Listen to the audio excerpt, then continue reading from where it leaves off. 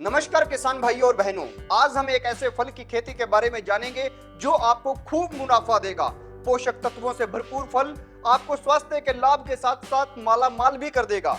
जी हाँ, हम बात कर रहे हैं रसबेरी की खेती के बारे में। आज के इस वीडियो में हम आपको रसबेरी से जुड़ी हर छोटी से छोटी और हर बड़ी से बड़ी जानकारी देंगे। भूमि तैयार करने से लेकर कौन सी किस्म चुननी है तक की सारी बातें होंगी। लागत कितनी लगेगी और आपका मुनाफा कितना होगा, हर एक बात इस वीडियो में विस्तार से आपको मैं बताऊंगा।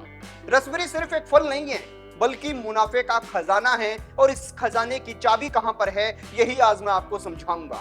रसबेरी सिर्फ खाने में ही स्वादिष्ट नहीं है बल्कि आपको ये एंटीऑक्सीडेंट्स, फाइबर्स और विटामिन सी से भरपूर फल अच्छे स्वास्थ्य की गारंटी भी देता है। ये दिल की बीमारियों और डायबिटीज जैसी कई बीमारियों से लड़ने में आपको मदद करता है, और सबसे बड़ी बात है कि इसकी खेती करके आप मोटा मुनाफा कमा सकते हैं। तो दोस्तों शुरुआत करते हैं, और शुरुआत की सबसे महत्वपूर्ण बात जो है वो ये है कि इसके अंदर दो मुख्य प्रकार की रसबेरी होती है। एक समर बियरिंग जो गर्मियों में फल देती है, एक एवर बियरिंग जो साल भर फल देती है। इन दोनों में से कौन सी किस्म आपके लिए बेहतरीन है ये आपको इस वीडियो के आगे चलकर पता लगेगा जब हम दोनों के अंदर खर्च होने वाली लागत के बारे में बात करेंगे। खेती की तैयारी के लिए सही शुरुआत शानदार परिणाम के लिए आपको पहले भूमि की तैयारी करनी है, और भूमि की तैयारी के लिए मिट्टी और जलवायु को समझना होगा। रसबेरी को अच्छी जल निकासी वाली दोमट मिट्टी पसंद है जिसका पीएच मान 5.5 से 6.5 के बीच में होना चाहिए। मिट्टी की जांच कराकर आप ये सुनिश्चित करें कि क्या ये खेत एकदम सही है। अगर मिट्टी ज्यादा एसिडिक है या ज्यादा बेसिक है तो इसमें आप चूना या गंधक डालकर इसे सही कर सकते हैं, लेकिन मेरा मानना है अगर आपकी मिट्टी प्राकृतिक रूप से ही 5.5 से 6.5 के पीएच मान वाली है तो आपके लिए रसबेरी अच्छा सौदा है, मुनाफे का सौदा है। अगर जलवायु की बात करें तो जहां पर गर्मियों का औसत तापमान 20 डिग्री से 25 डिग्री सेल्सियस रहता है वो इसके लिए सबसे बेस्ट है। इसमें हर साल 700 से 1000 मिलीमीटर बरसात का होना भी जरूरी है। अगर आपके इलाके में सूखा है तो आप रसबेरी को भूल जाइए, क्योंकि इसे समय समय पर सिंचाई बहुत जरूरी है। अगर आपके पास डैम या डिग्गी की व्यवस्था है तो आप रसबेरी लगा सकते हैं। अब बात करते हैं इसे लगाने के तरीके के बारे में। तो यह रोपण विधि के द्वारा लगाई जाती है, और रोपण के लिए आपको किसी भरोसेमंद नर्सरी वाले से 1 साल पुरानी रसबेरी की जड़ें या फिर गमले में लगे हुए इसके पौधे लेने होंगे। इन्हें बसंत ऋतु की शुरुआत से ही लगाना शुरू कर दीजिए, वो सबसे अच्छा समय होता है। ये सुनिश्चित करें कि जब भी आप लगाएं तो दूरी सही रखें। अब समर बियरिंग की दूरी की बात अगर करें तो पौधे से पौधे की दूरी 3 फीट होनी चाहिए, और लाइन से लाइन की दूरी 3 मीटर होनी चाहिए। एवर बियरिंग वाली की बात करें तो पौधे से पौधे की दूरी 2 फीट होनी चाहिए, और लाइन से लाइन की दूरी 2 मीटर होनी चाहिए।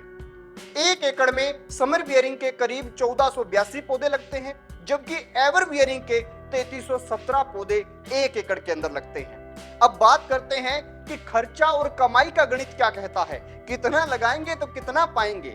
अब आते हैं सबसे महत्वपूर्ण हिस्से पर, ताकि हमें यह पता लग सके कि लागत कितनी है, मुनाफा कितना है, और इससे यह भी तय हो जाएगा कि हमें समर बियरिंग वाली किस्में रखनी है या फिर एवर बियरिंग वाली किस्में रखनी है। तो समर बियरिंग के अंदर और एवर बियरिंग के अंदर किस प्रकार से खर्चा आता है हम इसको समझते हैं। भूमि की तैयारी के अंदर समर बियरिंग के अंदर 40,000, एवर बियरिंग के अंदर 50,000।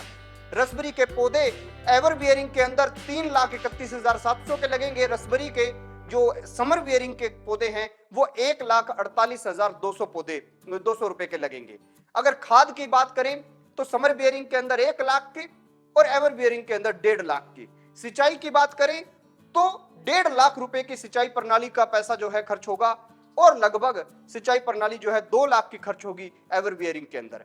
और कई लागतें हो जाती हैं, उनमें से खरपतवार निकालना है या अन्य प्रकार की लागत जो है वो 85,000 रुपए समर बियरिंग की रहती है और एवर बियरिंग की 95,000 रहती है।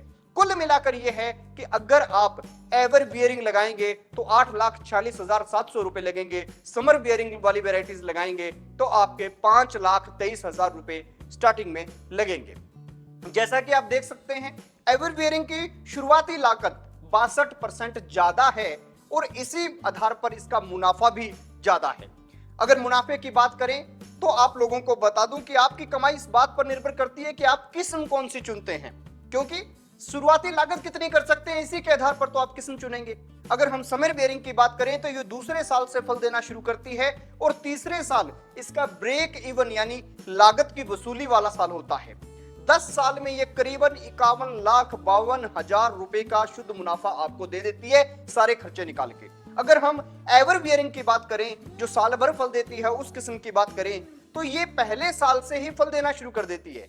याद रखें कि इसमें 62% ज्यादा खर्चा होगा, पहले साल से फल देना शुरू करेगी, दूसरे साल में इसका ब्रेक इवन होगा, यानी आप इसका ब्रेक इवन एक टर्म है जो बोली जाती है कि ब्रेक इवन होगा, यानी ये अपना खर्चा पूरा कर लेगी और 10 साल में इसका शुद्ध मुनाफा 92,28,300 रुपए तक पहुंच जाता है। ये पूरा का पूरा जो हम इंफॉर्मेशन आपको दे रहे हैं ये हमारे बहुत ही अच्छे लोगों के द्वारा जिन्होंने इसको पूरे तरीके से कवर किया है उनके द्वारा लिखे गए आर्टिकल्स के माध्यम से कलेक्ट की गई है।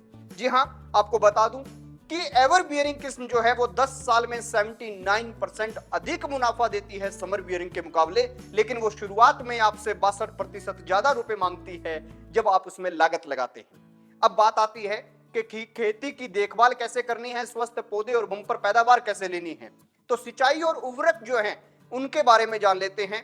उर्वरक की बात ऐसी है कि रसबेरी को नियमित सिंचाई की जरूरत होती है और इसके लिए ड्रिप इरिगेशन सबसे अच्छा सिस्टम है। यह पानी की बचत करता है और पौधों को बीमारियों से बचाता है। उर्वरक जो है उसके लिए रोपण से पहले 10 से 20 टन गोबर की खाद आपको मिट्टी में मिलाना होगा। हर साल आपको नाइट्रोजन, पोटास और फास्फोरस जैसे तत्व इसको देने होंगे। कीट नियंत्रण की बात करें तो याद रखें कि रसबेरी में कई प्रकार के स्पाइडर माइट्स, एफिड्स जैसे कीट लग जाते हैं, जिसे नियंत्रण करने के लिए आपको नीम ऑयल का इस्तेमाल करना है। ताकि आप जैविक तरीके से करेंगे तो बाजार में आपके जैविक उत्पाद के कारण अच्छा रेट भी मिल जाएगा, लेकिन फिर भी नुकसान होता हो तो अच्छे कीटनाशक जो हैं अपने आसपास की जगहों से लाइए और वो उसमें डाल सकते हैं। अगर हम कटाई की बात करें तो जब रसबेरी का रंग गहरा हो जाता है और चमकीला हो जाता है तब उसकी कटाई करनी होती है। हर 2-3 दिन में फलों को हाथ से तोड़कर सबसे अच्छा रास्ता है कि उसे ठंडा कर लें और उसके बाद में बाजार में भेज दें ताकि उसकी ताजगी बनी रहे, उसका जो स्वाद है वो बना रहे। तो आपके लिए जो अच्छी किस्म है वो आपकी जल्दी कमाई चाहते हैं तो एवर बियरिंग है, और अगर शुरुआती निवेश कम चाहते हैं, कम क्षमता है आपके पास तो आपके लिए समर बियरिंग है। और वैसे कुछ लोग ये भी ज्ञान देते हैं कि आप दोनों किस्मों को मिलाकर खेत के अंदर लगा सकते हैं, इससे आपका कैश फ्लो जो है वो अच्छे से होता रहेगा। उसके लिए आपको जो समर बियरिंग और एवर बियरिंग दोनों ही प्रकार की कतारें जो है वो अपने खेत में लगानी होंगी। खैर दोस्तों, आप लोगों को मैंने लगभग हर जानकारी दे दी, फर्टिलाइजर से लेकर हर एक चीज की। इसके बाद में कोई सवाल हो तो कमेंट बॉक्स में पूछ सकते हैं, अगर वक्त मिला तो हम उसका जवाब अवश्य देंगे। और एक बात याद रखें कि अगले वीडियो में हम मिलें उससे पहले आप में से कितने लोगों को ये वीडियो पसंद आई कमेंट बॉक्स में जरूर बताएं। और आपका कोई ऐसा भाई बंधु है जिसके पास अच्छी पूंजी है और वो खेती करता है तो उसे पुरानी खेती में से निकालकर इस मॉडर्न खेती के अंदर घुसाइए ताकि वो समाज के अंदर अच्छे स्वस्थ फल भी दे सके और अपनी इनकम भी बढ़ा सके। क्योंकि किसान हमारा गर्व है और हम चाहते हैं हमारे किसान इस दुनिया के सबसे मजबूत किसान बने और उद्योगपतियों की तरह कार्य करें। खैर, देखते रहिए ABC इंडिया।